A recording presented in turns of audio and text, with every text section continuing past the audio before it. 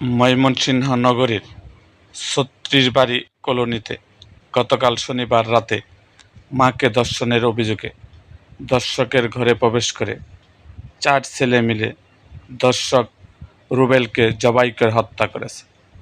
রবিবার সকাল ১১টার দিকে ধর্ষকদের ঘরে প্রবেশ করে কথিত ধর্ষণের শিকার মহিলার ৪ ছেলে কথিত ধর্ষক রুবেলকে জবাই করে হত্যা করেছে। খবর পেয়ে পুলিশ সুপার মোহাম্মদ কামরুল হাসান তাৎক্ষণিক ঘটনাস্থলে উপস্থিত হয়ে তথ্য উদ্ঘাটন করছে। আজ রবিবার দুপুরে নগরীর রামকৃষ্ণ মিশন রোড এলাকায় ভাড়াটিয়া বাসায় কাইল্লা রুবেল নামে একজনকে জবাই করে হত্যার ঘটনার খবর পেয়ে ঘটনাস্থলে পরিদর্শন করে তথ্য উদ্ঘাটন করেছে ময়মনসিংহ জেলা পুলিশ সুপার মোহাম্মদ কামরুল হাসান।